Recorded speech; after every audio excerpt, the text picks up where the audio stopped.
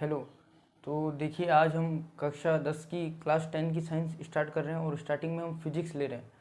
मैं अभी जिस स्कूल में पढ़ा रहा हूँ वहाँ अभी फिजिक्स मैंने स्टार्ट करवा दी थी। मैं यूट्यूब पे भी पहले फिजिक्स पढ़ा रहा हूँ और क्लास 10 की केमिस्ट्री एंड बायोलॉजी भी हम पढ़ेंगे। पहले हम फिजिक्स पढ़ लेते हैं क्लास 10 की। और देखिए, यहाँ पे हम साइंस को समझेंगे, पढ़ेंगे नहीं। हम यहाँ साइंस को समझने का काम करेंगे।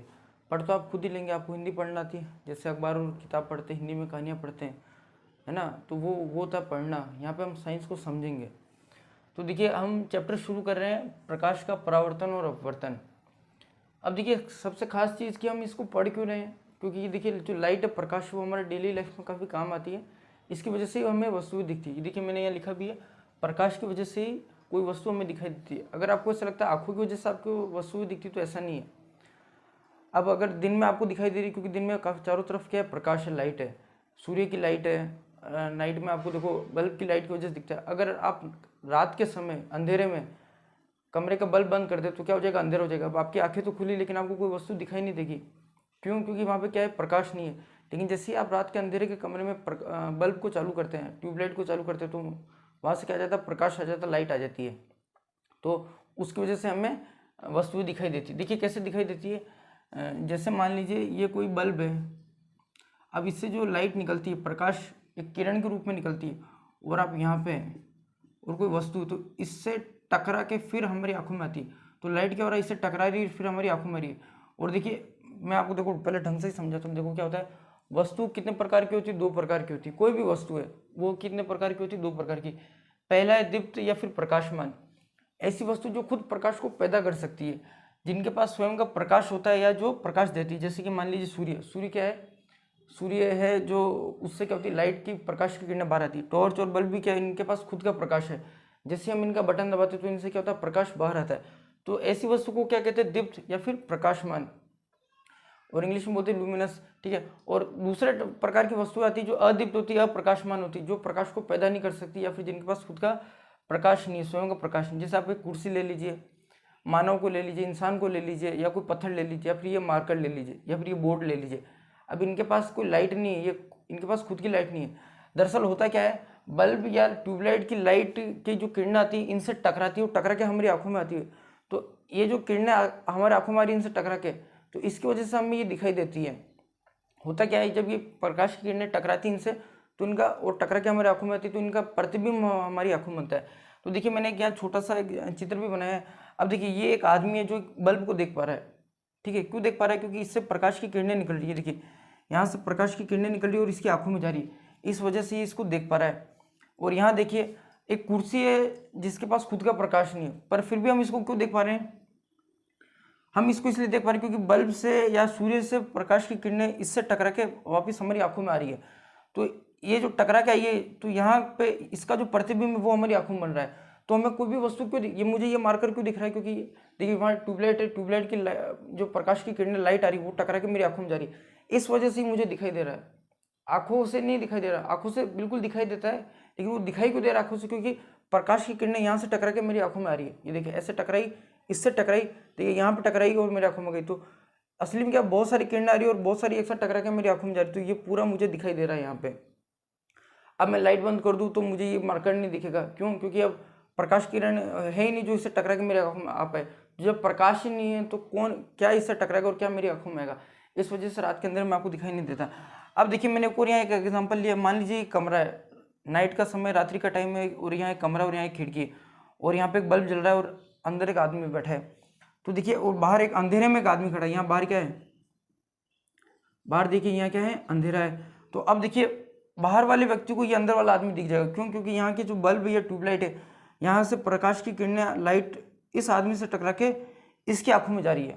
तो देखिए, लाइट क्या होती है, लाइट क्या कर सकती है, चल सकती है, ट्रेवल कर सकती है। तो ये देखिए, ट्रेवल करके खिड़की से यहाँ बाहर आ गए। तो अब इस बाहर वाले आदमी जो अंधेरे में खड़ा है, उसको ये आदमी दिखाई दे रहा है, क्योंकि यहाँ की प्रकाश किरणें टकरा के इसकी आंखों में आ रही है। पर अब देखिए, इसके आसपास अंधेरा है, यहाँ पे इसके आसपास कोई भी लाइट का सोर्स नहीं है, कोई भी दीप्त वस्तु नहीं है जिससे प्रकाश निकल रहा हो। तो अब यहाँ से कोई किरणें, अब जब यहाँ कोई बल्ब भी नहीं है, ठीक है, यहाँ कोई बल्ब भी नहीं है, तो यहाँ से कोई किरणें निकलेगी ही नहीं, ना इसे टकरा के अंदर जाएगी। तो अंदर वाले आदमी को बाहर का आदमी कभी नहीं दिखाई देगा। क्यों? क्योंकि बाहर क्या नहीं, लाइट नहीं है। तो अब देखिए आप एक कमरे के अंदर बैठे हैं जिसमें क्या लाइट है, तो बाहर कोई खड़ा है खिड़की के, तो वो आपको देख सकता है, पर ठीक है ना। तो लेकिन आप अंदर से बाहर नहीं देख सकते, कब? रात्रि के समय। और दिन के समय हम खिड़की से बाहर देख सकते हैं, क्यों? क्योंकि दिन के समय सूर्य का प्रकाश टकरा के वापस खिड़की से अंदर आके हमारी आंखों में आ रहा है, तो दिन के समय हमें दिखाई देता है, पर रात्रि के समय हमें कमरे के बाहर की चीजें नहीं दिखाई देती। क्यों? क्योंकि कमरे के बाहर क्या है? अंधेरा है। लेकिन बाहर कोई व्यक्ति खड़ा तो उसको आप अच्छे से दिखाई दे रहे हो। क्यों? क्योंकि यहाँ से प्रकाश किरण टकरा के यहाँ पे वापस इसके पास आ रही। और ये देखिए, ये मैंने यहाँ पे सब कुछ डिटेल में लिखा भी है, आप इसे देख भी सकते हैं। और अब देखिए, जो क्लास 10 की एनसीईआरटी मेरे पास में है, तो उसमें शुरू में कुछ चीज़ें दी हुई वो मैं आपको समझाता हूँ, उसके बाद एक्चुअल चैप्टर शुरू होगा। देखिए, मैं इसे मिटा रहा हूँ, आप चाहे तो इसे लिख सकते हैं, और लिखना भी चाहिए, बहुत ज़रूरी चीज़ है, इसी से चैप्टर समझ में आता है।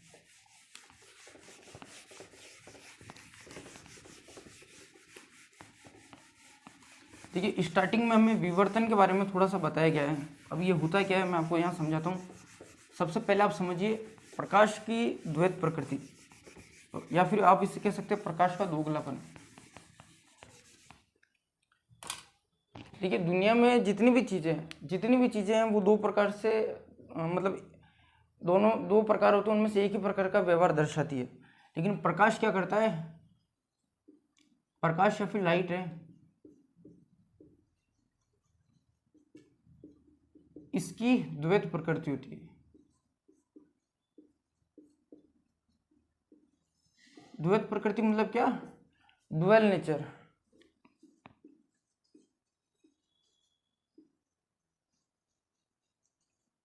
डुअल नेचर मतलब कैसा? इसका ये द्वैत का मतलब क्या है? दो प्रकार का व्यवहार करता है।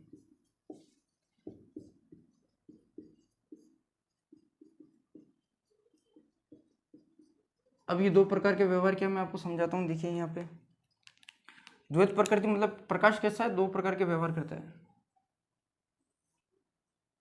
देखिए, पहला जो व्यवहार है वो कैसा है? तरंग रूपी व्यवहार।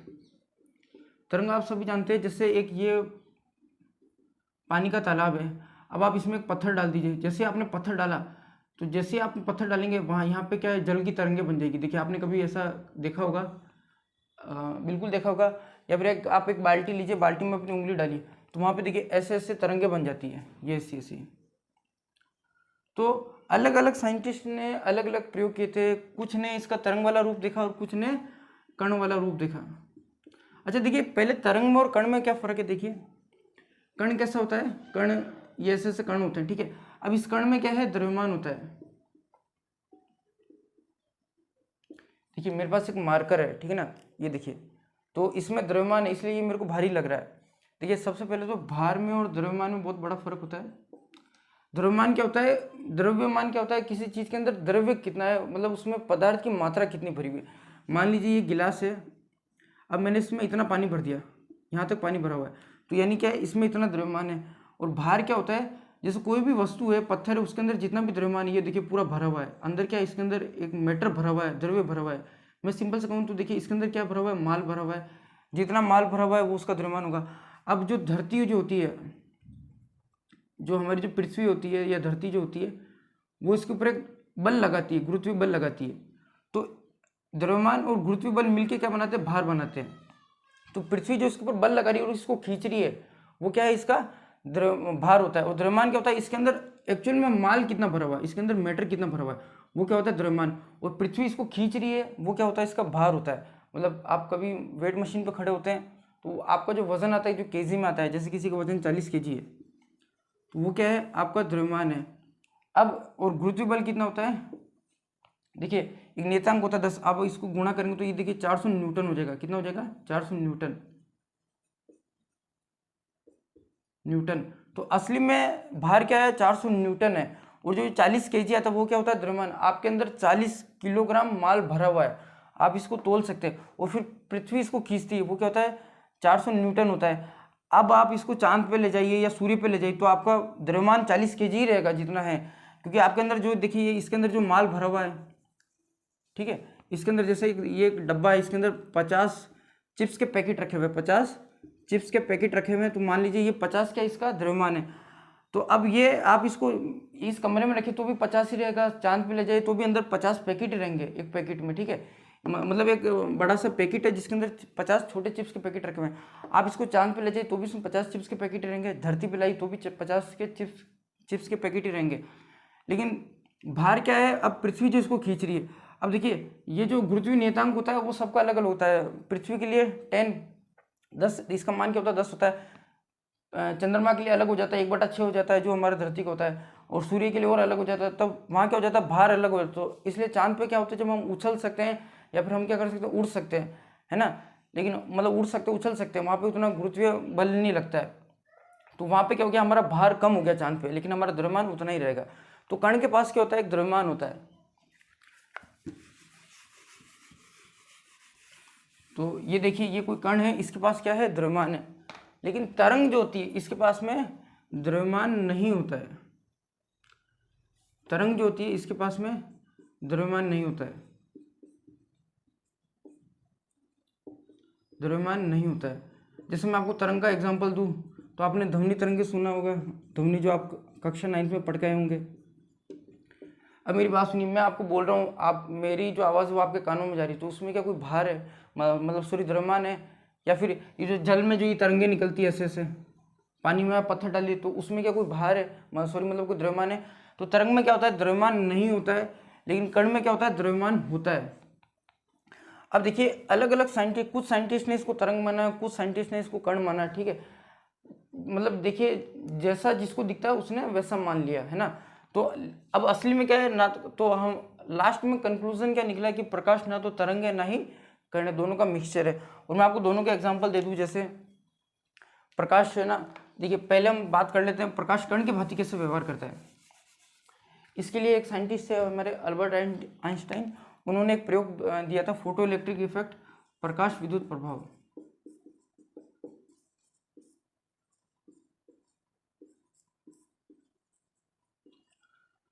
तो देखिए जो अल्बर्ट आइंस्टीन थे या और दूसरे जिन्होंने प्रकाश को कण माना, कैसे माना, तो इन्होंने क्या माना कि प्रकाश ना कोई तरंग नहीं है, ऐसे तरंग की भांति नहीं है, प्रकाश छोटे छोटे कणों के रूप में आती है। ये देखिए प्रकाश कैसा आता है, ऐसे कण के रूप में आता है। ये मान लीजिए जैसे कोई मिठाई का पैकेट नहीं होता, वैसे प्रकाश क्या है, पैकेट के रूप में आता है, जिन्हें क्या कहा जाता है, फोटोन। और फोटोन क्या है, एक कण है। तो कुछ साइंटिस्ट ने क्या कहा, प्रकाश कण है, कैसे कण है, कि देखिए प्रकाश क्या होता है, फोटोन रूपी कण के रूप में हमारे तक आता है। और अब अगर और देखिए कण की क्या विशेषता होती है, कण के पास देखिए द्रव्यमान होता है, मास होता है। ये क्या है, मास या फिर द्रव्यमान।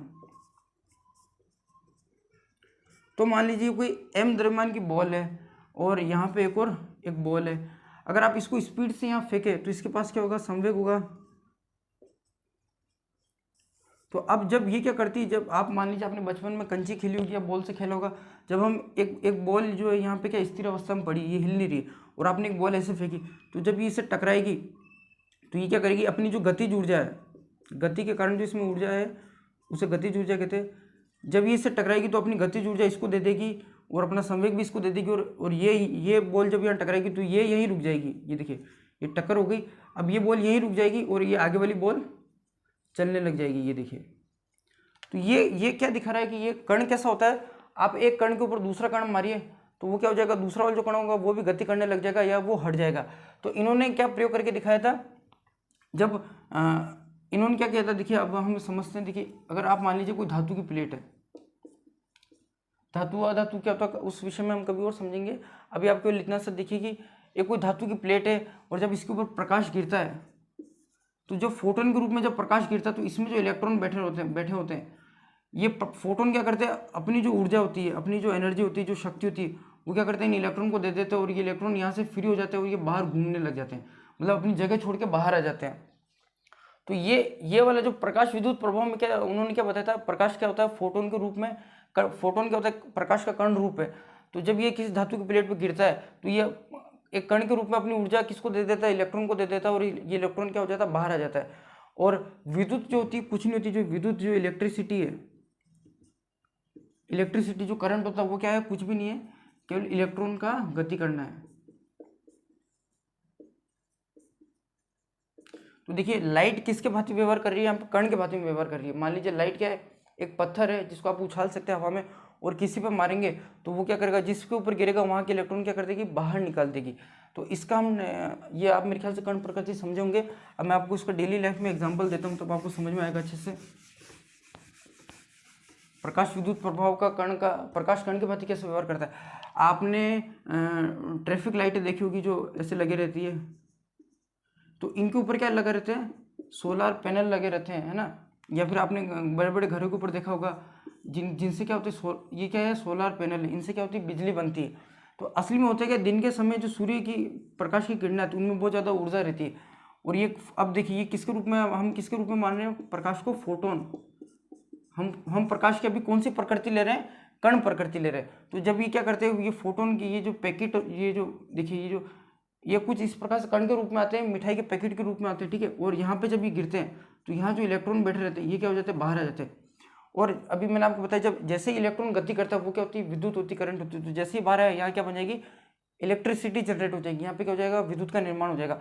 और अब इसी विद्युत से हम क्या कर सकते हैं, देखिए बल्ब को जला सकते हैं, पंखे को चला सकते हैं, ठीक है। अगला चैप्टर विद्युत का ही आएगा 2-3 चैप्टर के बाद, तो हम उसमें अच्छे से पढ़ेंगे लाइट कैसे काम करती है, मतलब करंट कैसे काम करता है। तो अब देखिए यहाँ से इलेक्ट्रॉन बाहर आ गए, और ट्रैफिक लाइट में क्या होता है, यहाँ पे भी जब इलेक्ट्रॉन गिरते हैं तो मतलब सॉरी फोटोन गिरता है तो वो क्या करता है, इलेक्ट्रॉन को ऊर्जा देके बाहर निकाल देता है। मतलब एक बॉल के ऊपर आप दूसरी बॉल मारी तो आगे वाली बॉल भी, मतलब जो बॉल सिंपल पड़ी थी, नॉर्मली रखी हुई थी एक जगह, उसके ऊपर आपने एक और बॉल फेंकी तो वो बॉल भी आगे गति करने लग जाएगी। तो वैसे ये फोटोन क्या करते हैं, इसके ऊपर गिरते और इसके इलेक्ट्रॉन बाहर निकाल देते हैं, और यहाँ से क्या हो जाता है, विद्युत का निर्माण हो जाता है, और इस विद्युत का हम इस्तेमाल करते हैं। आपको अगर मैं एक और एग्जांपल दूं तो देखिए आप सभी अपने मोबाइल के ऊपर देखिए, यहाँ पे देखिए ब्राइटनेस का ऑप्शन आता है ऐसा करके। अब देखिए इसमें यहाँ से लेके यहाँ तक अगर आप इसको यहाँ पे जितना आगे खिसकाएंगे उतना मोबाइल क्या हो जाएगा, ब्राइटनेस उसकी बढ़ जाएगी। और इधर खींचेंगे तो क्या हो जाएगा, मतलब इसको इधर उंगली से ऐसे कीजिए, टच वाला मोबाइल है तो आपकी क्या हो जाएगी, ब्राइटनेस कम हो जाएगी।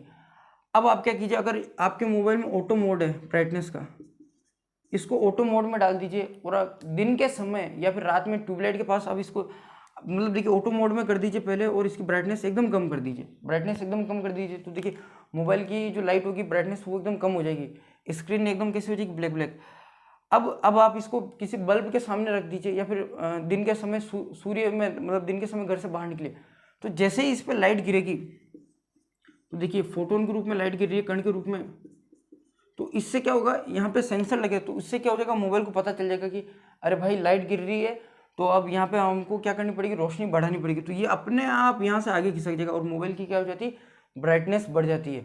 इसके लिए मोबाइल में क्या होता है, ऑटो मोड दिया रहता है।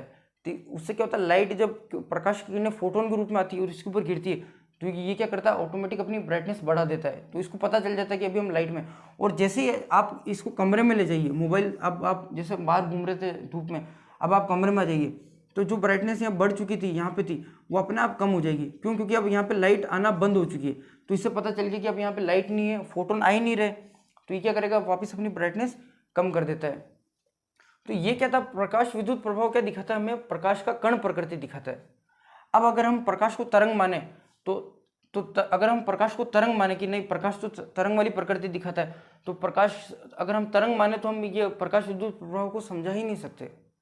मतलब ऐसा मानिए, आपने कभी किसी ट्रांसजेंडर को देखा है, जो ना तो लड़का होता है ना लड़की होता है। मान लीजिए ये एक ट्रांसजेंडर है जो दिखने में कैसा है, बाहर से आप देख रहे हो तो ये कैसा दिखता है, लड़की जैसा। इसके जो शरीर के जो अंग है वो कैसे हैं, लड़की जैसे। पर आप अब ये लड़की जैसे इसके अंग है, देखिए इसके अंग है, जो इसके अंग है वो कैसे हैं, लड़की की तरह है। यह मैं एक ट्रांसजेंडर की बात कर रहा हूँ जिसके अंग कैसे हैं, लड़की जैसे। पर अब लड़की का काम क्या होता है, वो किसी लड़के से शादी कर सकती है और नए संतति को जन्म दे सकती, नए बच्चे को पैदा कर सकती। पर मान लीजिए ये क्या है, ट्रांसजेंडर है, जो दिखाई कैसे दे रहा है, ये दिखाई कैसे दे रहा है, लड़की जैसा। पर क्या ये किसी लड़के से शादी कर सकता है, पर ये लड़के से शादी नहीं कर सकता। तो हम इसे क्या कहेंगे, ये दिख तो लड़के जैसा रहा है लेकिन लड़के से शादी नहीं कर सकता है। तो वैसे जब हम अगर हम प्रकाश को तरंग रूप में माने, प्रकाश को किसके रूप में माने, तरंग के रूप में माने, तो फिर हम ये कण वाली प्रकृति नहीं समझा सकते। अगर हम ट्रांसजेंडर को लड़की माने तो वो ये लड़की वाले काम नहीं कर सकता, लड़के से शादी करके बच्चे पैदा नहीं कर सकता। वैसे अगर हम प्रकाश को तरंग के रूप में माने तो ये कण, तो फिर तरंग का आपको मैंने बताया इसमें क्या द्रव्यमान नहीं है, जैसे ये वाली बात आ जाती है, इसमें तो द्रव्यमान है ही नहीं, तो फिर ये वाली पूरी थ्योरी फेल हो जाती है। तो अगर मैं यहाँ ये कहना चाह रहा हूँ, अगर आप प्रकाश को तरंग के रूप में माने तो आप ये वाला सारा काम, कण वाला काम नहीं समझा सकते। तो ये क्या था, प्रकाश की कण प्रकृति थी। आपको ये आई होप समझ, देखिए ये समझ में नहीं भी आए तो भी कोई दिक्कत नहीं है ज़्यादा। ये आप 12th क्लास में अच्छे से इसको डिटेल में पढ़ेंगे, प्रकाश विद्युत प्रभाव। अभी आप केवल इंटरेस्ट के लिए इसको समझिए, मतलब आपको पता होनी चाहिए देखिए क्या क्या चीज़ है। अब हमने देखिए प्रकाश की कण प्रकृति समझ ली, अब हम प्रकाश की तरंग प्रकृति समझते हैं।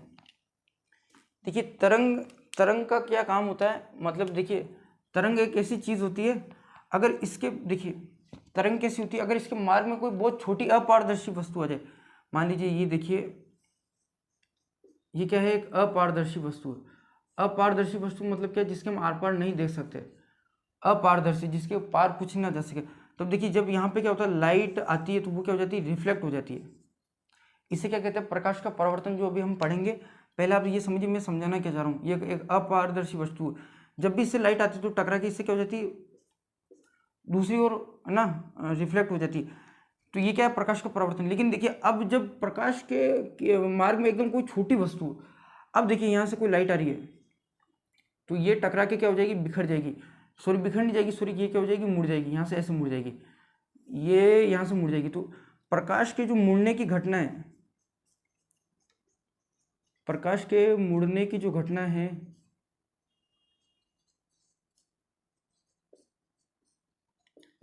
ये कहलाती विवर्तन। ये आप 10th क्लास की एनसीईआरटी में देख सकते हैं, ये शब्द दिया हुआ है। तो जब प्रकाश के मार्ग में कोई बहुत छोटी वस्तु आ जाए, अत्यंत छोटी वस्तु आ जाए, जो उसके तरंग दैर्ध्य से भी छोटी हो, तब क्या हो जाता है, प्रकाश उससे मुड़ जाता है। तो ये मुड़ने की जो घटना होती है वो क्या कहलाती है, विवर्तन। मतलब आप देखिए जब आप किसी तालाब में एक पत्थर फेंके तो यहाँ से क्या हो जाएगी, इस प्रकार से जल तरंग बाहर निकलती है, और आप यहाँ पे अपना हाथ डाल दीजिए तो ये क्या हो जाएगा, ये यहाँ पे से मुड़ जाएगी और दो अलग अलग तरंगे बन जाएगी। ठीक है, तो यहाँ पे देखिए क्या हुआ, जैसे आपने जल तरंग में पत्थर डाला तो वहाँ से क्या होगी, तरंगे निकल जाएगी, और आप बीच में कुछ और चीज़ डाल दीजिए या फिर दो पत्थर एक साथ फेंक दीजिए तो देखिए दो अलग अलग तरंगे निकलना चालू हो जाएगी। तो यहाँ पे क्या हुआ, ये तरंगे आती मुड़ चुकी है। तो वैसे ही प्रकाश क्या होता है, कोई बहुत छोटी वस्तु इसके रास्ते में जाए तो यहाँ से ये क्या हो जाएगा, मुड़ जाएगा। तो ये मुड़ने वाली जो प्रकृति, वो किसकी, मुड़ने वाला जो गुण है वो किसका, तरंग का। कण कभी भी नहीं मुड़ता, कण या तो वहीं पर टकरा के रुक जाएगा। देखिए मेरी बात सुनिए, एक बॉल है मेरे हाथ में, ठीक है, मैं इसको दीवार पे फेंकूंगा तो ये या तो दीवार के आर पार चला जाएगा या फिर यहीं पे टकरा के मतलब नीचे गिर जाएगा, मुड़ेगा नहीं। ये मुड़ने वाली प्रकृति किसकी होती है, तरंग की। तो देखिए ये वाला विवर्तन जो है ये आपकी बुक में दिया हुआ है, मैं आपको देखो इसको थोड़ा सा समझा देता हूँ अच्छे से। पहले देखिए हम बात कर लेते हैं तरंग होता क्या है। देखिए तरंग कुछ इस प्रकार से ही तरंग होती है। ये तरंग का असली जो डायग्राम होता है, ये रूप वो तरंग का है। अब देखिए यहाँ से लेके यहाँ तक क्या है, ये इसकी तरंग दैर्ध्य है। तरंग दैर्ध्य क्या होता है, आप 9th क्लास में अच्छे से पढ़ के आए हैं, ठीक है। ये सॉरी ये इसकी तरंग दैर्ध्य है, ठीक है, वेवलेंथ जिसको बोलते हैं, है ना। यहाँ पे हम किसकी बात कर रहे हैं, लाइट एज ए वेव। तो तरंग दैर्ध्य का मतलब सॉरी तरंग का क्या नेचर होता है, इसके रास्ते में कोई ऐसी चीज आ जाए जो इसकी तरंग दैर्ध्य से छोटा हो। देखिए इसकी तरंग दैर्ध्य का साइज ही है, लेमड़ा का साइज ही है। अगर मैं एक छोटी सी वस्तु ले लूँ, देखिए अब ये इससे छोटी वस्तु, तो जैसे ही अब तरंग इससे आएगी और ये क्या हो जाएगी, टकरा के मुड़ जाएगी, ठीक है। तो अब मैंने इसका एक प्रैक्टिकल भी मैं आपको करके दिखाऊंगा, प्रकाश की किरणें तरंग के भांति कैसे व्यवहार करती है। देखिए मान लीजिए आप दो छोटी सी ब्लेड ले लीजिए और इसको एकदम पास में रख दीजिए। अब आप इसमें से जैसे लाइट गुजारेंगे, मैं आपको ये प्रैक्टिकल भी करके दिखाऊंगा, टेंशन ना लें, विवर्तन की घटना आपको पूरी समझाऊंगा। तो अब देखिए जैसे इसमें से आप एक लाइट गुजारेंगे, यहाँ से एक लाइट गुजारेंगे, ठीक है, जैसे आप यहाँ लाइट गुजारेंगे तो होना क्या चाहिए, लाइट एकदम सीधी निकल जानी चाहिए, पर सीधी नहीं निकलेगी और ये कुछ इस प्रकार से मुड़ जाएगी। ये दिखाता है प्रकाश का तरंग रूप। क्या दिखा रहा है, जैसे जल के अंदर पत्थर डालने पे तरंगे निकलती, वैसे क्या होती है प्रकाश भी आपको ऐसा लगेगा। देखिए ये दो ब्लेड है, हम जैसे इसमें से प्रकाश डालेंगे ऐसे, तो ये होना क्या चाहिए था, सीधा निकल जाना चाहिए था। कण की भांति क्या होगा, कण क्या होता है, सीधा निकल जाएगा। लेकिन प्रकाश क्या होता है, यहाँ से जैसे निकलता है और ये क्या हो जाता है, मुड़ जाता है, ऐसे बैंड हो जाएगा। तो प्रकाश के मार्ग में कोई बिल्कुल छोटी, अत्यंत छोटी वस्तु आ जाए जो कि क्या उसकी तरंग दैर्ध्य से छोटा हो, तो क्या हो जाता है, प्रकाश क्या हो जाता है, मुड़ जाता है। ये मैं आपको भी प्रैक्टिकल करके दिखाऊंगा, तभी समझ में आएगा, ठीक है। और तो अब मैं आपको जो यहाँ प्रैक्टिकल करके दिखाऊंगा उसमें क्या होगा, हम क्या करेंगे, दो ब्लेड को ऐसे रखेंगे और यहाँ से प्रकाश गुजारेंगे। तो देखिए प्रकाश कुछ इस प्रकार से तरंग की भांति व्यवहार करेगा। तो होना तो क्या चाहिए था, प्रकाश का तरंग एक बिंदु बनना चाहिए था। आप कभी लाइट खींचे तो वहाँ एक लाइट ही बनेगी, लेकिन ये क्या हो जाएगा, लेफ्ट एंड राइट साइड में प्रकाश फैल जाएगा, जो मैं आपको दिखाऊंगा, जो मैं आपको भी यहाँ प्रैक्टिकल करके दिखाऊंगा। ये क्या है, प्रकाश का तरंग रूपी व्यवहार। प्रकाश किसकी भांति व्यवहार कर रहा है, तरंग का। अच्छा, अब आपने कभी ये नोटिस किया, आप एक कमरे में बैठे हैं, ठीक है, और दूसरे कमरे में कोई और बैठा है, पर आप दूसरे कमरे में जो आदमी बैठा है उसको आप नहीं देख सकते, लेकिन वहाँ पर अगर वो कोई मोबाइल में गाना सुन रहा है तो वो आपको सुनाई दे रहा है। मैं आपको उसका रीज़न बताता हूँ, देखिए अभी उससे आपको ये थोड़ा बहुत समझ में आएगा।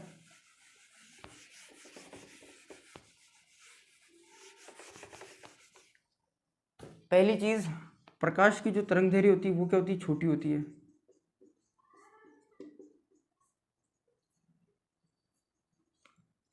देखिए इसकी जो साइज होती है वो क्या होती है, छोटी होती है, ठीक है, ये इसकी साइज है। और जो ध्वनि की जो तरंगे हैं इसकी साइज क्या होती है, थोड़ी थोड़ी नहीं, काफ़ी बड़ी होती है। ये देखिए, ये इसकी साइज है, ये प्रकाश की, ये देखिए आपके लिए भी समझिए इंटरेस्ट के लिए, प्रकाश की जो तरंग दैर्घ्य ये उसकी साइज है, ध्वनि की जो तरंग उसकी तरंग दैर्घ्य क्या होती है, इतनी बड़ी होती है। अब क्या होता है, आपको मैंने क्या कहा, कोई भी कण, तरंगे मुड़ती कब है, ये देखिए ये तरंग आ रही है, अब ये यहाँ पे कोई वस्तु पड़ी, अब ये ऐसे मुड़ेगी कब, जब तक रास्ते में कोई बाधा नहीं आएगी, ये क्या होगी, सीधी सीधी ऐसे जाएगी ना, ऐसे सीधी जाएगी। मुड़ती कब, जब इसके बीच में कोई बाधा आ जाए या कोई मतलब कोई कण या कोई वस्तु आ जाए, ठीक है ना, जो कि क्या हो, साइज में कैसा होना चाहिए, तरंग दैर्घ्य से छोटा होना चाहिए। तो अब देखिए, है ना, तो प्रकाश आप दूसरे कमरे के आदमी को क्यों नहीं देख पाते, क्योंकि प्रकाश की किरणें क्या होती है, यहाँ से मुड़ नहीं पाती है, क्योंकि बीच में जो वस्तु आ रही है, जैसे दीवार है या फिर जो दरवाजा है, वो क्या होता है, साइज में बहुत बड़ा होता है। ये क्या होता है, साइज में बहुत बड़ा होता है कमरा, मतलब सॉरी दरवाजा, तो दरवाजे में जो स्थान होता है वो क्या होता है, काफ़ी बड़ा होता है। तो प्रकाश की तरंग दैर्घ्य क्या होती है, उससे काफ़ी छोटी होती है, तो यहाँ से मुड़ नहीं पाती, ठीक है, तो यहाँ सीधी निकल जाती है और जहाँ गिरती है वहीं पर रुक जाती है। लेकिन ध्वनि तरंगे क्या होती है, देखिए अब यहाँ पे इसकी तरंग दैर्घ्य क्या होती है, काफ़ी बड़ी होती है। तो इसके मार्ग में, जैसे गेट के बीच में जो स्पेस है या फिर जो भी कोई वस्तु आती है वो क्या होती है, छोटी होती है। तो उससे क्या होता है, ध्वनि तरंगे आराम से, देखिए अब देखिए उस प्रकाश के लिए तो ये काफ़ी बड़े थे, तो ये प्रकाश क्या हो रहा था, मुड़ नहीं पा रहा था, लेकिन ध्वनि के लिए जो बाधा होती है वो क्या होती है, छोटी होती है, ये आराम से यहाँ से मुड़ जाती है और मुड़ के दूसरे कमरे में आवाज़ पहुंच जाती है। मैं इस कमरे में हूँ, पास में अगर कमरे में कोई और व्यक्ति है, अगर मैं यहाँ पे जोर से चिल्लाऊँ या मोबाइल में गाना चलाऊँ तो उसको भी सुनाई देगा। क्यों, ध्वनि तरंगे क्या हो रही है, आराम से मुड़ रही है, लेकिन प्रकाश की तरंगे मुड़ नहीं पाती, क्योंकि इनको मुड़ने के लिए क्या होता है, बहुत छोटा कण चाहिए होता है जो इनकी तरंग दैर्घ्य से काफ़ी छोटा हो। तो इस प्रकार से जो मुड़ने की जो प्रकृति है, प्रकाश का जो मुड़ना होता है वो क्या हमें दिखाता है, इसकी तरंग प्रकृति को दिखाता है। और ये वाली घटना क्या कहलाती है, प्रकाश के मुड़ने की घटना क्या कहलाती है, विवर्तन। ये आएगा आपके क्लास 12th में, इसे इंग्लिश में बोलते हैं डिफ्रैक्शन। ये क्लास 12th में आएगा, जहाँ भी इसे डिटेल में पढ़ेंगे। अभी केवल आप इतना सा समझिए। तो हमने क्या समझा, देखिए प्रकाश तरंग की भांति भी व्यवहार करता है और कण की भांति भी व्यवहार करता है। ये मैं आपको इसलिए समझा रहा हूँ क्योंकि आपकी बुक में दिया हुआ है, आपको ये चीज़ें पता होनी चाहिए। देखिए हालांकि एग्जाम में इसको क्वेश्चन नहीं आएगा, पर आपको इंटरेस्ट के लिए पता होना चाहिए, ठीक है।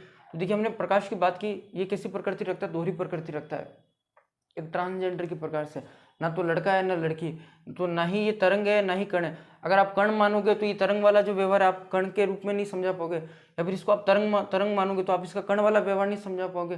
फोटो इलेक्ट्रिक इफेक्ट, प्रकाश विद्युत प्रभाव जो होता है वो आप तरंग के रूप में नहीं समझा पाओगे। तो चलिए अभी हम इसका तरंग वाला जो प्रैक्टिकल है वो हम अभी प्रैक्टिकल देख लेंगे, ठीक है। तो अब देखिए आज हम समझने वाले हैं अभी प्रकाश का तरंग रूप। प्रकाश किस भांति तरंग के रूप में व्यवहार करता है, वेव नेचर ऑफ लाइट। जैसे आप पानी में एक पत्थर डाल देंगे तो वहाँ जो जल की तरंगें बन जाती है और चारों तरफ फैल जाती है, वैसे लाइट भी जब बिल्कुल पतले से छेद से या पतली सी लाइन से जब गुजरती है तो इनसे टकरा के वो क्या कर देती है, तरंग के रूप में व्यवहार करती है। आइए अब इनसे देखते हैं। देखिए मैं इसमें से एक प्रकाश की किरण भेज रहा हूँ, ये देखिए लेजर लाइट के रूप में। अब देखिए सामने, देखिए आप देख पा रहे हैं, ये देखिए सामने, देखिए ये देखिए लाइट फैल चुकी है तरंग के रूप में। लेफ्ट और राइट में देखिए एक लाइन बन गई है,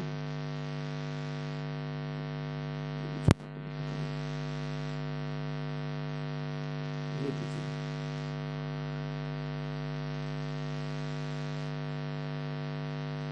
ये देखिए यहाँ पे देखिए आपको डैश डैश डैश दिखाई दे रहा होगा। यहाँ क्या हो रहा है, लाइट फैल चुकी है तरंग के रूप में, तरंग की भांति फैल रही है। एक लाइन देखिए लेफ्ट में जा रही है और एक लाइन राइट में जा रही है। ये है लाइट का तरंग के रूप में व्यवहार। ये देखिए जैसे एक आपने क्या किया, जैसे पानी में पत्थर डाल देते हैं वैसे फैल जाती है। अब देखिए आप बीच में डैश डैश डैश भी देख पा रहे हैं। यह है लाइट का तरंग रूपी व्यवहार, वेव नेचर ऑफ लाइट। ये देखिए अब बहुत अच्छे से साफ दिखाई दे रहा है। कैमरे को पास ले लेते हैं। ये देखिए आपको बीच में ये देखिए ये लाइनें भी दिख रही है। ये देखिए अब होना तो क्या चाहिए था, एक बिंदु के रूप में प्रकाश को सामने बन जाना चाहिए था, पर ये क्या, ये तो फैल गई है तरंग की भांति। ये देखिए तरंग की भांति फैल चुकी है। जैसे पत्थर में पानी डालते तो तरंगे कैसे निकलती, वैसे यहाँ लाइट की तरंगे बन रही है। ये है वेव नेचर ऑफ लाइट, तरंग रूपी व्यवहार प्रकाश का, जिसे आप अभी देख पा रहे हैं। देखिए ना तो प्रकाश जो है ना तो तरंग है ना ही कण है, ये दोनों का मिला जुला रूप है।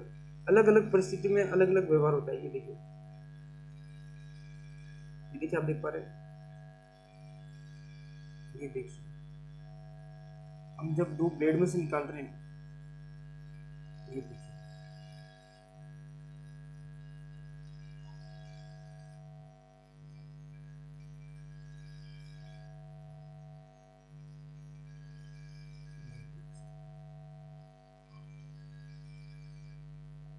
आप बीच में डैश डैश भी देख पा रहे हैं। ये है प्रकाश का तरंग रूपी व्यवहार। तो देखिए आपने विवर्तन की घटना देखी, जो कि क्या दिखाता है, प्रकाश का तरंग रूपी व्यवहार। अब हम इस चैप्टर में क्या पढ़ने वाले हैं, प्रकाश का परावर्तन और अपवर्तन। यहाँ से आपका असली चैप्टर चालू हो रहा है जो आपके एग्जाम में आने वाला है। प्रकाश का परावर्तन और अपवर्तन क्या होते हैं वो हम यहाँ समझेंगे। प्लस ये क्या करते हैं, कण और तरंग दोनों ही प्रकृति में हम प्रकाश के परावर्तन और अपवर्तन को समझा सकते हैं, है ना। मतलब आप अगर प्रकाश को कण मानिए या फिर तरंग मानिए तो भी परावर्तन होगा और अपवर्तन होगा, ठीक है। देखिए हम सबसे पहले समझते हैं प्रकाश का परावर्तन क्या होता है। वैसे तो ये क्लास 8th में दिया गया है आप पर, मैंने जब अपने स्कूल के बच्चों से पूछा तो उनका सर हमने ये पढ़ा नहीं, कोरोना की वजह से हम इस चैप्टर को नहीं पढ़ पाए थे। तो कोई बात नहीं, हम यहाँ शुरू से समझाते हैं। देखिए सबसे पहले आपको कांच और दर्पण में फ़र्क पता होना चाहिए। देखिए कांच क्या होता है और दर्पण क्या होता है। ये कांच सिंपल सा कांच होता है, ठीक है ना, जिसके आप क्या कर सकते हैं, आर पार देख सकते हैं। आपके घर के में खिड़कियाँ लगी होगी जिसमें क्या होता है, कांच लगा होता है, या फिर कांच की गिलास आती है जिसमें हम पानी पीते हैं, वो क्या होता है, सिंपल कांच होता है जिसके हम आर पार देख सकते हैं। अब इसी कांच के पीछे आप क्या कीजिए, यहाँ पीछे की साइड क्या कीजिए, यहाँ पीछे की साइड क्या कीजिए, चांदी जो होती है, सिल्वर जो होता है, या फिर उसको क्या बोलते हैं, रजत भी बोलते हैं, उसकी पॉलिश कर दीजिए उसके पीछे, तो वो क्या बन जाएगा, दर्पण बन जाएगा। अब उस दर्पण से होता है क्या, देखिए जब प्रकाश की किरण, मतलब देखिए प्रकाश की किरण किसी माध्यम से यूँ आ रही है, ठीक है, ये देखिए प्रकाश की किरण किसी माध्यम से यूँ आ रही है, तो ये क्या होता है, दर्पण से टकराकर पुनः उसी माध्यम में लौट जाती है। इस घटना को कहते हैं प्रकाश का परावर्तन। देखिए आपको कोई भी टेंशन नहीं लेनी है, मैं भी इसको आपका प्रैक्टिकल करके दिखाऊंगा कैसा होता है ये।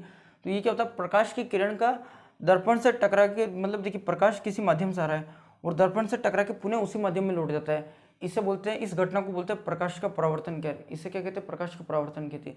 ये आराम से इजी से आपके 2 नंबर का सवाल बन सकता है। प्रकाश का परावर्तन क्या होता है 10th बोर्ड में, तो कुछ भी नहीं है, प्रकाश किरण का दर्पण से टकरा के पुनः लौट जाना। अब देखिए इसके रूल क्या होते हैं, नियम क्या होते हैं, इसके कुछ नियम होते हैं। ऐसे नहीं कि कहीं से भी मर्जी हो, जहाँ से भी टकरा कर निकल जा रहा है या कैसे भी टकरा रहा है। देखिए आपतन कोण तथा परावर्तन कोण हमेशा बराबर होते हैं। देखिए मैं आपको सब कुछ ढंग से समझाता हूँ। ये जो किरण जो आती है इसे हम क्या कहते हैं, आपतित किरण कहते हैं। ये क्या होती है, आपतित किरण होती है। और जो किरण जो टकरा के वापस जाती है इसे हम कहते हैं परावर्तित किरण। मतलब जो किरण आई है, जो किरण आने वाली, उसे क्या कहेंगे, आपतित किरण है। ये क्या है, आपतित किरण है। और जो किरण टकरा के वापस जा रही है, जो परावर्तित हो रही है, देखिए इसका मार्ग चेंज हो गया, ये परावर्तित हो गई, तो इसे हम क्या कहते हैं, परावर्तित किरण कहते हैं। और ये यहाँ बीच में काल्पनिक रेखा है जिसे हम क्या बोलते हैं, अभिलंब कहते हैं। ये अभिलंब क्या करता है, हम इसके थ्रू क्या कर सकते हैं, यहाँ पे कितना एंगल, कितना कोण बन रहा है उसको माप सकते हैं। लेकिन देखिए लंब क्या होता है, सबसे पहले आप समझिए। देखिए लंब क्या होता है, किसी भी कोई भी सरफेस या कोई भी पृष्ठ है, आप इसके ऊपर 90 डिग्री के ऊपर एक रेखा खींच दीजिए, इधर भी 90 डिग्री, भी इधर भी 90 डिग्री, तो ऐसी रेखा को क्या कहते हैं, लंब कहते हैं। तो हमने क्या किया, दर्पण के ऊपर एक पहले से एक अभिलंब बना के रखा है। अब हम क्या कर रहे हैं, इसके ऊपर प्रकाश की किरण गिरा रहे हैं, तो ये टकरा के क्या हो जाएगी, परावर्तित हो जाएगी। पर अब देखिए अभिलंब के साथ जितना कोण यहाँ बना है, परावर्तित किरण के साथ भी उतना ही कोण बनेगा। देखिए कोण कैसे मापते हैं, आप यहाँ पे एक चांदा रख दीजिए, मैं आपको करके बताता हूँ। देखिए मैं अगर यहाँ एक चांदा रखूँ, ये देखिए आप देख पा रहे हैं, ठीक है, तो ये देखिए ये 90 से गिनना चालू कीजिए, 90 से 80 तक आई, ये कितना हो गया 10 डिग्री, फिर आ गया ये 70 पे, 10 20 30 40 डिग्री। देखिए मैंने ये 50 पे गिर रही है, वापस कितने पे निकली 50 50 पे ही निकल रही है। थोड़ा छोटा आपको दिखाई नहीं दे पा रहा होगा, पर आप देखिए समझिए यहाँ पे 10 20 30 40, देखिए तो मैंने कितने कितने डिग्री पे इसको प्रकाश की किरण को डाला है, 40 डिग्री पे डाला, और वापस निकली भी कितने पे 40 डिग्री पे ही है। ये क्या है, पहला नियम है परावर्तन का। आपतन कोण तथा परावर्तन कोण क्या होते हैं, हमेशा बराबर होते हैं। जितनी अगर आप इसको बढ़ा दें यहाँ से, मान लीजिए आपने बढ़ा के कितना कर दिया 80 डिग्री, आपतित किरण को कितना कर दिया 80 डिग्री कर दिया, तो ये वापस परावर्तित भी कितने पे होगी 80 डिग्री पे होगी। अभिलंब के साथ जो ये कोण बनता है परावर्तित किरण को और आपतित किरण का, इन्हें बोलते हैं आपतन कोण।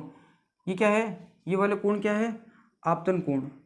आपतित किरण अभिलंब के साथ जितना कोण बनाती है उसे कहते हैं आपतन कोण। परावर्तित किरण अभिलंब के साथ जितने, ये अभिलंब इसके साथ जितना कोण बना रही है, देखिए आपने बचपन में पढ़ोगे ना कोण, ये रहा, तो ये देखिए दो रेखाओं के बीच में कोण बन रहा है, तो परावर्तित किरण अभिलंब के साथ जितना कोण बनाती है उसे हम कहते हैं परावर्तन कोण। तो अब इन्हें इंग्लिश में क्या बोलते हैं, इंसिडेंट एंगल। देखिए आपतित किरण को इंग्लिश में बोलते हैं इंसिडेंट रे और इंसिडेंस रे, और जो वापिस जाने वाली किरण है परावर्तित किरण उसे बोलते हैं रिफ्लेक्टेड रे, है ना। तो इसलिए जो एंगल का नाम है इंसिडेंट एंगल और रिफ्लेक्टेड एंगल, तो उसका हमने क्या किया, पहला अक्षर ले लिया, तो यहाँ पे ये कोण आई हो गया, एंगल आई, और ये क्या हो गया, एंगल आर हो गया, कोण आर। तो कोण आई हमेशा किसके बराबर होता है, कोण आर के। अगर ये मान लीजिए ये क्या हो गया 70 डिग्री, ये क्या हो गया 70 डिग्री, तो ये परावर्तन कोण भी कितना होगा 70 डिग्री होगा, ठीक है। अगर ये आपने 30 डिग्री कर दिया तो ये भी कितना हो गया अपना 30 डिग्री हो गया। ये परावर्तन का नियम है, ठीक है ना, बहुत ईजी। मैं आपको भी प्रैक्टिकल करके दिखाऊंगा तो आपको समझ में आ जाएगा। अच्छा मान लीजिए आपने कोई, ये क्या है, ये अभिलंब है, ये क्या है, ये अभिलंब है, आपने आपतित किरण को क्या किया, अभिलंब के ऊपर ही डाल दिया। आपने क्या किया, आपतित किरण को अभिलंब के ऊपर ही डाल दिया। इस केस में क्या होता है, ये वापस इसी अभिलंब के ऊपर ही परावर्तित हो जाएगी। क्यों, देखिए ये रहा अभिलंब। अब हम कोण कैसे मापते हैं, आपतन कोण को और परावर्तन, अभिलंब के साथ कितना कोण बन रहा है। अब जब अभिलंब के साथ हम कोई कोण ही नहीं बना रहे हैं, अभिलंब के ऊपर ही डाल रहे हैं, तो देखिए कोण आई कितना है 0, तो कोण आर भी अपना आप कितना हो गया 0 डिग्री हो गया। अगर आप अभिलंब के ऊपर ही आपतित किरण डाल दे तो वापस अभिलंब पे ही टकरा के चली जाएगी।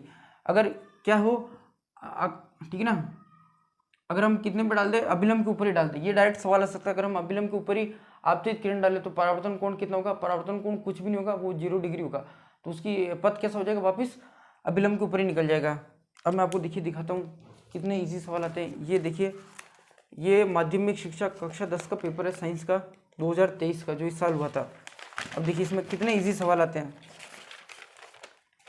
ये देखिए ये चित्र, ये है आपका 1 नंबर का सवाल, आप देख पा रहे हैं। दिए गए चित्र में कोण x का मान निकालिए। आपतित किरण है और ये अभिलंब है जो कि कितना डिग्री कोण बना रही है 30 डिग्री। दर्पण के ऊपर डाल रहे हैं, हम कांच के ऊपर नहीं डाल रहे। कांच के ऊपर डालेंगे तो किरण आर पार निकल जाएगी, है ना। इस वजह से हमें चीजें दिखाई देती कांच के आर पार, पर हमें दर्पण के आर पार कुछ नहीं दिखाई देता। दर्पण के पीछे का आपको दिखाई नहीं देगा। तो दर्पण के ऊपर आपतित किरण कितने में डाली 30 पे, तो परावर्तित किरण कितनी होगी 30 डिग्री। अब देखिए इतना ईजी सवाल आया है, तो कोण आई हमेशा किसके बराबर होगा, कोण आर के, ठीक है। देखिए दूसरा नियम क्या है, आपतित किरण, अभिलंब तथा परावर्तित किरण तीनों एक ही तल में होते हैं। तो ये क्या है, देखो तीनों एक ही तल में, इस तल में है, ठीक है ना, दूसरे तल में नहीं जाएगी। मतलब यहाँ से जैसे आपतित किरण आपने क्या किया, यहाँ पे डाली और अभिलंब भी यहीं पे बनाया, तो परावर्तित किरण ऐसा नहीं कि मतलब जैसे दर्पण से बाहर नहीं आ जाएगी ना, टेढ़ी मेढ़ी नहीं हो जाएगी, तीनों हमेशा किसमें एक ही तल में। तो ये केवल ये इतनी सी बात आपको, ये छोटा सा चित्र और ये इतनी सी बात आपको आराम से 4 या 5 नंबर दिलवा सकती है अगर ये क्वेश्चन आ जाता है। प्रकाश का परावर्तन क्या होता है, चित्र बना के समझाइए। तो आपको ये डेफिनेशन लिखनी है, 2 नियम लिखने हैं। आपतन कोण तथा परावर्तन कोण हमेशा बराबर होते हैं। कोण आई इज इक्वल टू कोण आर।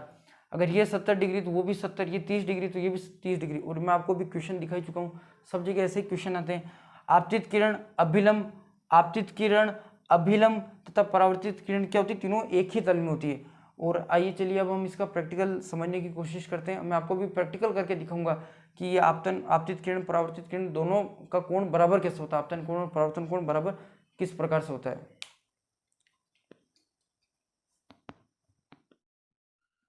तो आइए देखिए अब हम प्रकाश के परावर्तन को थोड़ा प्रैक्टिकल रूप में करके देखें।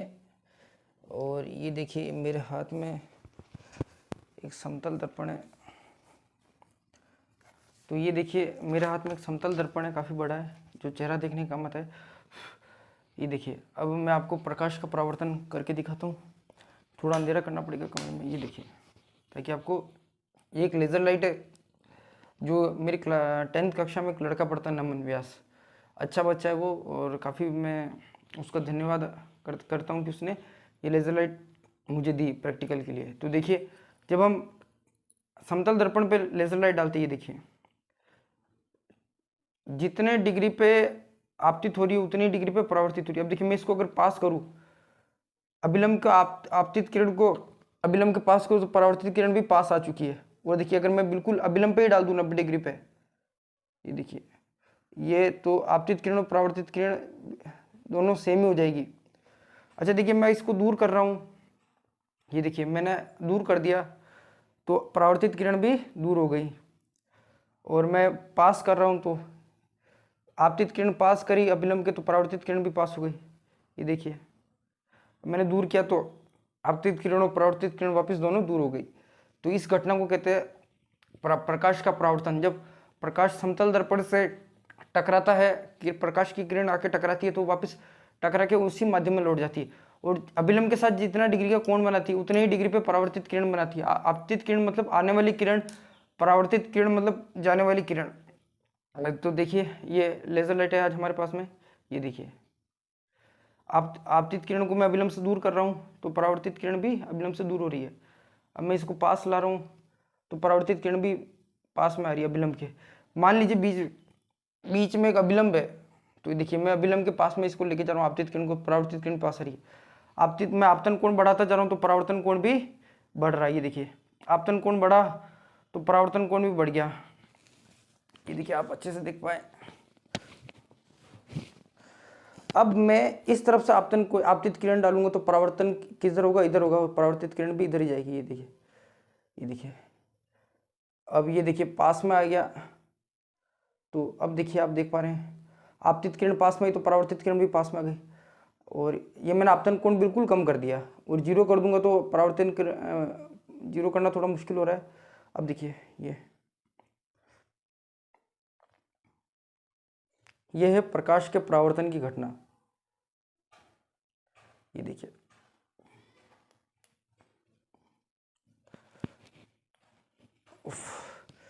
इधर से दिखाता हूँ आपको। तो ये देखिए हमारे पास एक समतल मिरर है, और ये देखिए ये आपतित किरण है और ये परावर्तित किरण है। प्रकाश की किरण एक लेजर लाइट के रूप में जब इस दर्पण से टकराती है तो टकरा के पुनः उसी माध्यम में चली जा रही है। अब देखिए मैं आपतन कोण को जितना कम करूँगा परावर्तन कोण भी उतना कम हो जाएगा, और मैं आपतन कोण को जितना बढ़ाऊंगा परावर्तन कोण भी उतना बढ़ता चला जाएगा। ये देखिए, ये देखिए, और ये धुआं इसलिए क्या है ताकि आपको ये लेजर लाइट अच्छे से दिख पाए। ये देखिए, तो देखिए अभी हम यहाँ परावर्तन की घटना समझने वाले हैं। अब देखिए मेरे पास एक टॉर्च है जिसके आगे मैंने ये कागज़ चिपका दिया और बहुत पतला सा एक जगह रखी ताकि उसमें से प्रकाश की किरण बन सके, वरना टॉर्च की लाइट आप जानते हैं कि कैसी होती है। अब देखिए मैं जितने पे भी लाइट डालूंगा, जैसे मैं अगर 60 पे डालूंगा, जैसे कि मैंने 60 पे किरण डाली, 60 पे अगर मैंने किरण डाली तो आपको काउंट कहाँ से करना है, 90 से करना है। 90 से लेकर 80 तक 10 डिग्री होगा, फिर 70 तक भी, क्योंकि हम विलंब के साथ कोण मापते हैं। तो आपतन कोण देखिए 10 डिग्री, 20 डिग्री, 30 डिग्री। तो देखिए मैं अगर 30 डिग्री का कोण बनाऊंगा 60 के ऊपर, देखिए मैं 60 के ऊपर प्रकाश किरण गिराऊंगा तो वापस 60 पे निकल जाएगी। ये होता है परावर्तन का नियम। और ये डिग्री कितना बनेगा, 10 डिग्री, 20 डिग्री और ये 30 डिग्री। देखिए हम अभी करके देखते हैं इसको प्रैक्टिकल। तो देखिए अगर मैं परावर्तन कराऊँ यहाँ पे और 60 डिग्री पे देखिए लाइट डालूँ, ये देखिए पीछे, ये देखिए 60 पे डाल रहा हूँ, वापस 60 पे निकल रहा, मतलब 30 डिग्री पे मैंने आपतन कोण डाला तो वापस परावर्तन कितने डिग्री का हुआ, 30 डिग्री का। अब देखिए अगर मैं इसको 70 पे डालूँ यानी 20 डिग्री पे डालूँ तो ये देखिए वापस 70 पे मैंने डाला आपतित किरण तो परावर्तित किरण भी देखिए वापस 70 पे निकल गई। अगर मैं 80 पे कर दूँ इसको, ये देखिए 80 का मतलब क्या है, 10 डिग्री। ये देखिए मैंने 10 डिग्री पे डाला, 90 अभिलंब के साथ देखिए 10 डिग्री का कोण बन रहा है, तो वापस देखिए 80 पे डाला, वापस 80 पे निकल रहा है, तो यानी 10 डिग्री का आपतन कोण है, तो यहाँ भी कितना परावर्तन कोण भी 10 डिग्री गया। अच्छा अब देखिए मैं इसको यहाँ 40 पे डालता हूँ, तो आप काउंट कीजिए, देखिए कितने 90 से काउंट करना शुरू कीजिए। देखिए 40 पे डाला तो वापस यहाँ 40 पे निकला, और हम काउंट करें तो देखो 10, 20, 30, 40, 50 डिग्री का कोण में आपतन कोण मैंने डाला, तो वापस परावर्तन कोण भी 50 डिग्री का बना।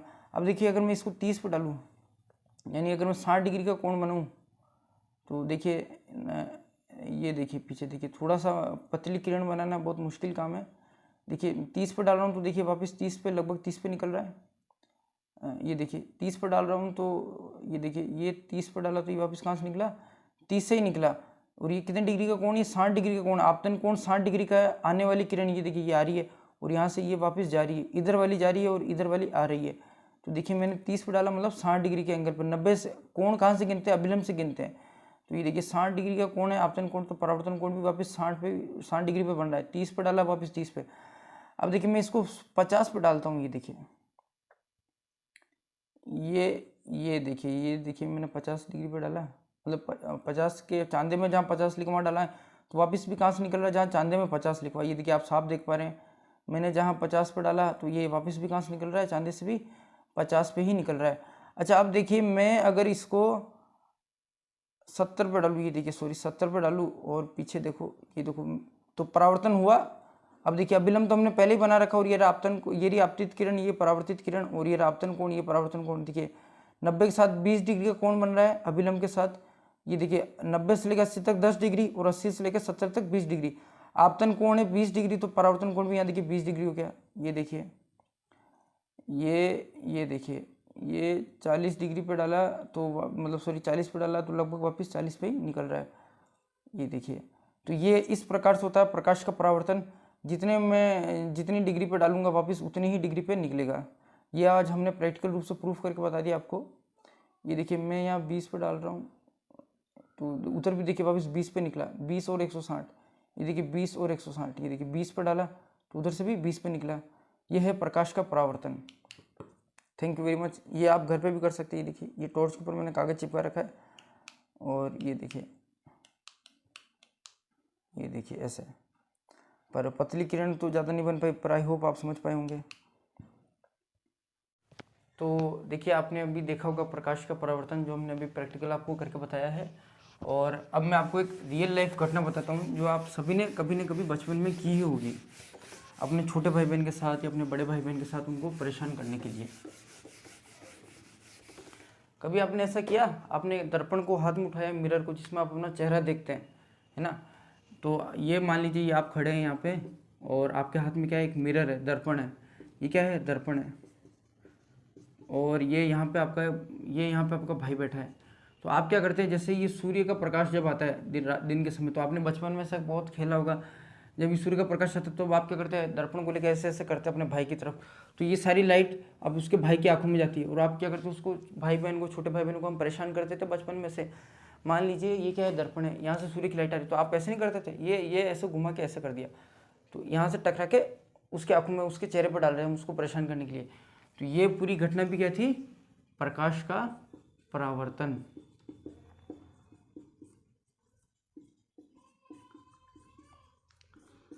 तो आज के लिए इतना ही। वीडियो ज़्यादा लंबी ना हो जाए। और अब अगली वीडियो में हम पढ़ेंगे समतल दर्पण से जो मिरर बनते हैं। ये जो हमारे जो घरों में जो दर्पण लगे रहते हैं, जिसमें हम अपना चेहरा देखते हैं, वो क्या होता है, समतल दर्पण होते हैं। ये क्या है, ये बोर्ड कैसा एकदम समतल है, तो दर्पण भी कैसा होता है, वैसा समतल होता है। तो समतल दर्पण से जो प्रतिबिंब बनते हैं, हम जो होते हैं, हम जो अपना चेहरा देखते हैं, हम क्या होते हैं, बिंब होते हैं, वस्तु होते हैं एक प्रकार से, और अंदर जो फोटो बनती है उसे हम क्या कहते हैं, प्रतिबिंब बनते हैं। तो समतल दर्पण से कैसे प्रतिबिंब बनते हैं, सीधे बनते हैं कि उल्टे बनते हैं, बड़े कि छोटे, या कितनी दूरी बनते हैं, उसके क्या गुण होते हैं, मतलब कि समतल दर्पण के गुण क्या है वो हम समझेंगे। वो आपके एग्जाम में आ सकता है, बहुत इंपॉर्टेंट है, वो हम अगले लेक्चर में पढ़ेंगे। प्लस अगले लेक्चर में हम क्या पढ़ेंगे, गोले दर्पण। मतलब ये कोई गोला है कांच का, इसको आप काट दीजिए, तो ये देखिए कांच का टुकड़ा बाहर आ गया, जो कैसा है, मुड़ा हुआ गोल है। अब आप इधर से चांदी लगा दीजिए, चांदी पॉलिश कर दी, तो ये क्या बन गया, एक दर्पण बन गया, जो कि कैसा दर्पण है, उत्तल दर्पण है। मान लीजिए आपने इसको बाहर पॉलिश कर दी होती, यहाँ पॉलिश कर दी होती, तो ये देखिए अब यहाँ से ये ये जो ये क्या बन गया, ये परावर्तक पृष्ठ बन गया। यहाँ क्या था, ये परावर्तक पृष्ठ था, तो ये कैसा दर्पण बन गया, अब अवतल दर्पण बन गया। तो अगले लेक्चर में हम उत्तल और अवतल दर्पण के बारे में डिटेल से पढ़ेंगे, कैसे इनसे प्रतिबिंब बनते हैं वो सब समझेंगे। और आपका बहुत बहुत धन्यवाद। सभी बच्चे अच्छे से पढ़ाई कीजिए और साइंस को समझिए। यहाँ इस चैनल पे मैं आपको साइंस समझाऊंगा, पढ़ाऊंगा नहीं। पढ़ तो आप खुद ही लेंगे, जैसे किताब और अखबार पढ़ते हैं। यहाँ पे हम क्या करेंगे, साइंस को समझेंगे। Thank you very much.